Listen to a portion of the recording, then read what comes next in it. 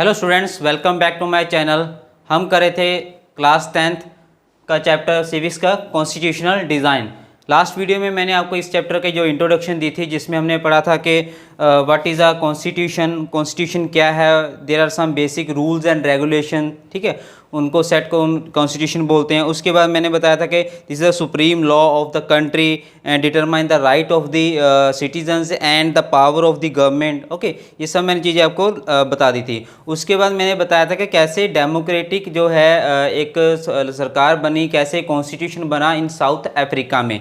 South Africa की कि मैंने आपको जो हिंट दिया था, अब हमने साउथ अफ्रीका की जो एग्जांपल मैंने आपको लास्ट वीडियो में बताई थी उसको यहाँ पे एक्सप्लेन करेंगे कि साउथ अफ्रीका में एक्चुअली हुआ क्या था, कैसे कॉन्स्टिट्यूशन जो था बना था। उसके बाद हम इंडिया के कॉन्स्टिट्यूशन पे आएंगे। तो लेट्स बिगिन, हम स्टार्ट करते हैं साउथ अफ्रीका की एग्जांपल से।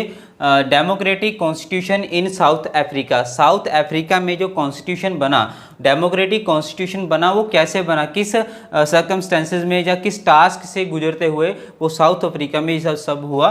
तो लेट्स स्टार्ट करते हैं अपार्थेड। ठीक है, सबसे पहले आपको वर्ड आता है अपार्थेड। इसकी जो मीनिंग है वो आपको यहाँ पे जब आप ये पूरा कर लोगे तो आपको पता चल जाएगा। ठीक है, तो refers to the official policy of racial separation. ठीक है, यहाँ पे आप याद रखना, racial separation and ill treatment of the blacks. ठीक है, यहाँ पे blacks of the blacks followed by the white.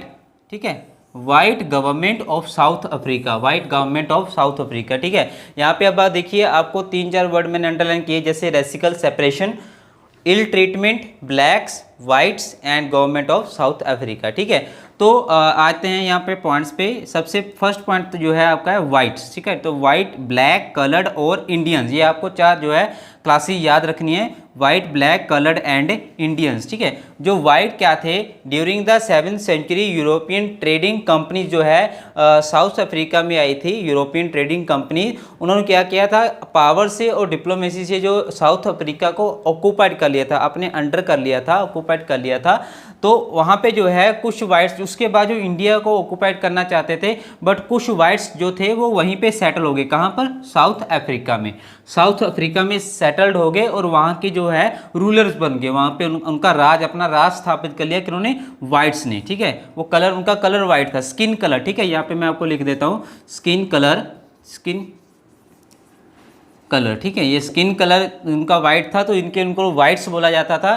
तो उन्होंने वहाँ पे अपनी गवर्नमेंट बना ली, साउथ अफ्रीका को ऑक्यूपाइड कर लिया, तो white government of South Africa. ठीक है, ये आपको पता चल गया, white government of South Africa. उसके बाद कौन थे?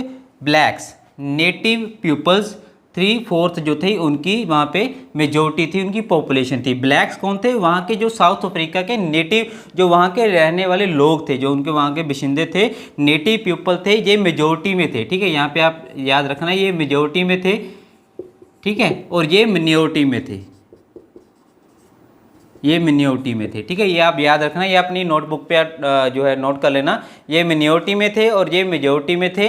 उसके बाद कलर्ड आते थे, ये मिक्स्ड रेसेस थे, ना ये ब्लैक थे ना ये वाइट थे, ये मिक्स्ड रेसेस थे, इनको कलर्ड लोग, कलर्ड पीपल कहा जाता था। उसके बाद आता था इंडियंस। इंडियन कौन थे? माइग्रेटेड फ्रॉम इंडिया, जो इंडिया से माइग्रेट किए थे उनको जो था इंडियंस जो है बोला जाता था। अब जो है डियर स्टूडेंट, इन सबको जो है नॉन वाइट्स, इन तीनों क्लासेस को, ब्लैक, कलर्ड और इंडियंस को, इन तीनों क्लासेस को क्या बोला जाता था?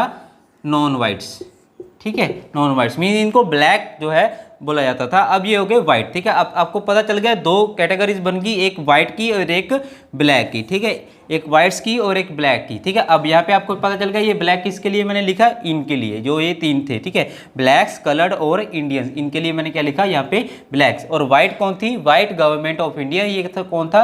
यूरोपियन ट्रेडिंग कंपनीज थी, जिन्होंने साउथ अफ्रीका को ऑक्यूपाइड कर लिया था बाय पावर या किसी दूसरे मेथड से। तो ये थे, ये मिनोरिटी में थे, ये मेजोरिटी में थे। ठीक है, तो अब आइए ऊपर आप डेफिनेशन पे। अपार्थेड की refers to the official policy, ये एक ऑफिशियल पॉलिसी थी white government of South Africa, जो वाइट गवर्नमेंट थी साउथ अफ्रीका की, किसके अगेंस्ट थी? Of racial separation. Racial means skin के अलग आधार पे या एक जात के आधार पे इनको अलग कर दिया, सेपरेशन कर दिया। एंड इल ट्रीटमेंट, और उनके साथ जो बुरा व्यवहार करते थे, जो है बैड ट्रीटमेंट होता था ऑफ ब्लैक्स, किन के साथ? ब्लैक के साथ। किसके द्वारा किया जाता था? Followed by the white government of South Africa. ठीक है, समझ में आ गया। रेसिकल सेपरेशन और इल ट्रीटमेंट किया जाता था किनके साथ, ब्लैक्स के साथ, किनके द्वारा किया जाता था, white government of Africa, south Africa. तो इनको इस पूरी जो ये ऑफिशियल पॉलिसी थी इसको क्या नाम दिया गया, अपार्थाइड। ठीक है, ये आपको डेफिनेशन आती है एग्जाम में 3 मार्क्स में या 1 मार्क्स में अपार्थाइड की, तो ये इसने आपने ये लिखना है।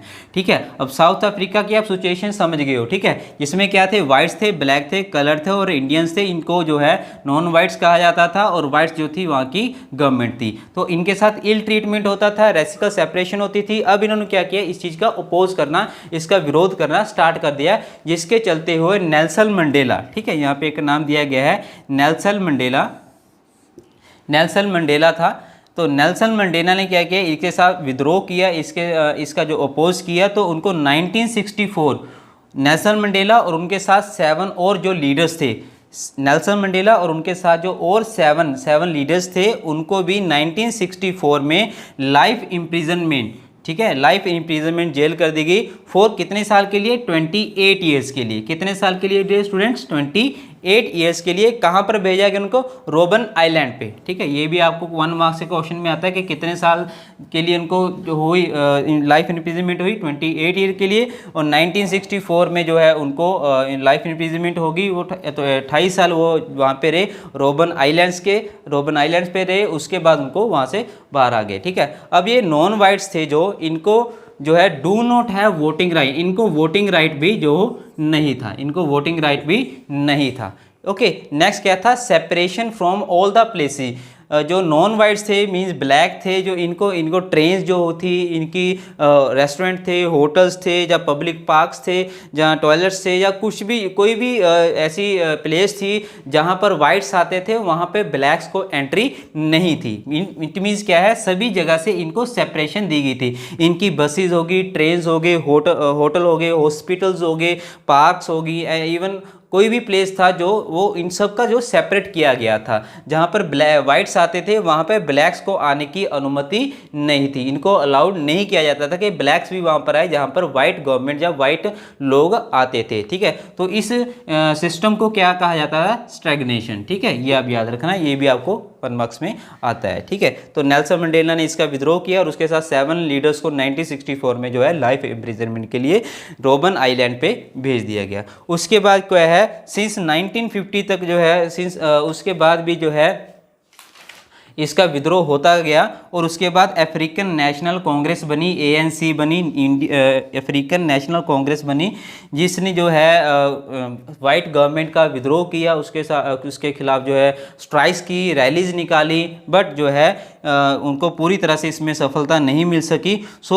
जैसे जैसे लोगों में विद्रोह फैलता गया, उनमें एग्रेशन आता गया अगेंस्ट द वाइट गवर्नमेंट। ठीक है, बड़ी क्वांटिटी में ये सारा जो रैलीज है होने लगी। तो जो वाइट गवर्नमेंट थी उनको ये आभास हो गया था कि अब जो है ज़्यादा देर तक नहीं टिक सकते हैं, जो ब्लैक्स लोग हैं वो बहुत ज़्यादा एग्रेसिव हो गए हैं। इसलिए उन्होंने क्या किया, कॉम्प्रोमाइज़ करना स्टार्ट किया, किनके साथ, ब्लैक के साथ कुछ समझौते किए, कुछ पॉलिसी की। और जो है मिडनाइट ऑफ 26 अप्रैल 1994 में जो है 26 अप्रैल 1994 को जो है national flag of Republic of South Africa को होस्ट किया गया।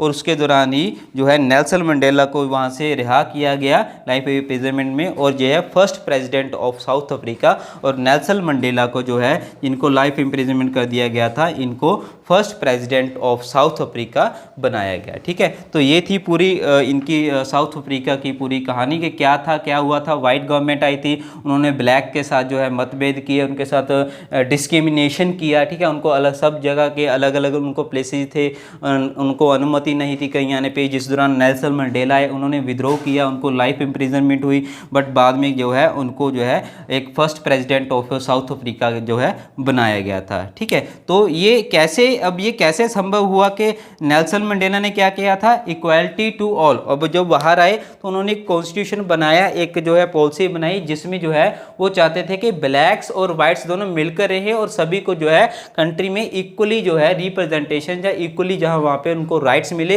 ये कैसे पूरा तरह से संभव हुआ, कैसे कॉम्प्रोमाइज़ दोनों में हुआ, कैसे ट्रस्ट हुआ, कैसे ये एडजस्टमेंट हुई एक डेमोक्रेटिक गवर्नमेंट बनाने की, ये हम करेंगे नेक्स्ट वीडियो में, जिसमें हमारा टॉपिक है why do we need a constitution, हमें कॉन्स्टिट्यूशन की ज़रूरत क्यों है।